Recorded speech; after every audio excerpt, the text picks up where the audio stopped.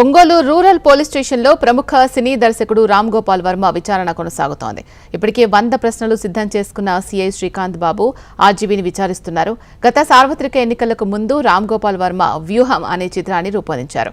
దాంతోపాటు Chandrababu, Lokesh, Pawan కళ్యాణ్ల photo morphing చేశారని ఆయనపై కేసు నమోదైంది. వీటిపై ఒంగోలు రూరల్ పీఎస్లో కేసు నమోదు కాగా ఆర్జీవీకి నోటీసులు జారీ చేశారు. తాజాగా రామ్ గోపాల్ వర్మ తన అడ్వకేట్ శ్రీనివాసరావుతో కలిసి విచారణకు హాజరయ్యారు.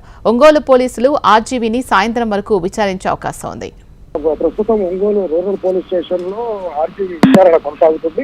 విచారణ అధికారిగా రూరల్ సిఐ శ్రీకాంత్ బాబు విచారణ జరుపుతా ఉన్నారు. అయితే ఈ విచారణ సాయంత్రం వరకు కొనసాగే అవకాశాలు కనిపిస్తున్నాయి. ఎందుకంటే ఈ ఆర్జీవీపై నమోదైన కేసు విషయంలో ఆర్జీవీపై ప్రకాశం జిల్లా పోలీసుల్ని చాలా ముప్పుతిప్పలు పెట్టారని చెప్పవచ్చు. ఎందుకంటే ఆర్జీవీకి గతంలో 2 సార్లు నోటీసులు పంపించడము, ఈ 2 సార్లు ఒకసారి డైరెక్ట్ గా వెళ్లి పోలీసులు హైదరాబాద్ లో నోటీసులు సర్వ్ చేసినా విచారణకు వస్తున్నాను అని చెప్పి విచారణకు రాకుండా తప్పించుకొని తిరగడము, అజ్ఞాతంలోకి వెళ్ళటము, తర్వాత మీడియా ముందుకు వచ్చి చాలా ప్రశ్నలు నమోదైన కేసు మీద తనపై నమోదైన కేసుపై చాలా ప్రశ్నలు సంధించారు.